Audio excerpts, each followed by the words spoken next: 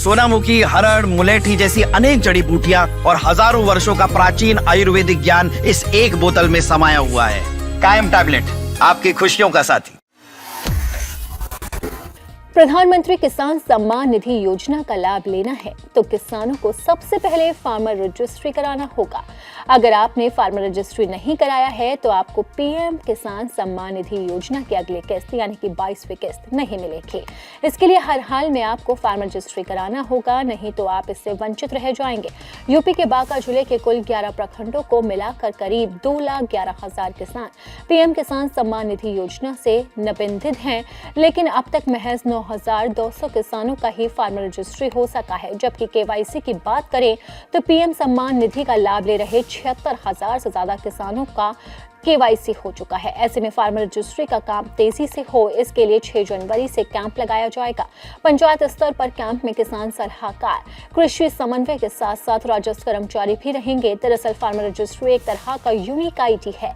ये आधार कार्ड की तरह ही होता है। पिछले 1 साल से इसको लेकर पूरे जिले में विशेष अभियान चलाया जा रहा है, लेकिन इसके बाद भी अब तक महज 9,200 किसानों पर ही फार्मर रजिस्ट्री हो सकी है। फार्मर रजिस्ट्री में सबसे अधिक परेशानी राजस्व कर्मचारियों द्वारा केवाईसी के सत्यापन और आईडी बनाने में अनदेखी की वजह से हो रही है। हालांकि अब फिर से फार्मर रजिस्ट्री को लेकर विशेष अभियान चलाने को लेकर पहल की जा रही है। कैंप लगाकर ज्यादा से ज्यादा किसानों का फार्मर रजिस्ट्री किया जाएगा।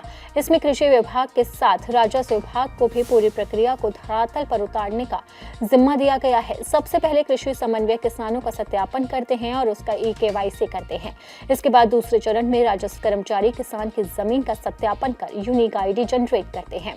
फार्मर रजिस्ट्री के माध्यम से किसानों को एक यूनिक आईडी मिल जाती है। इसमें किसानों का रिकॉर्ड यानी कि उनके पास कितनी जमीन है, खेतीबाड़ी से ज्यादा संबंधित अन्य तरह की जानकारी का डाटाबेस तैयार हो जाता है। इस यूनिक आईडी के माध्यम से किसानों को पीएम किसान सम्मान निधि योजना समेत अन्य तरह की सरकारी योजनाओं का लाभ सीधे और पारदर्शी तरीके से प्राप्त करने में मदद मिलेगी। इसके साथ ही किसानों को बार बार केवाईसी कराने के झंझट से छुटकारा मिल जाएगा। फार्मर रजिस्ट्री के लिए किसानों को आधार कार्ड, जमीन का रसीद, आधार से लिंक मोबाइल नंबर देना होगा। यूनिक आईडी में किसान का नाम, पिता का नाम, उनके पास जमीन, उनका खाता और इसी के साथ ही मोबाइल और आधार कार्ड का डेटा सब कुछ भरना होगा।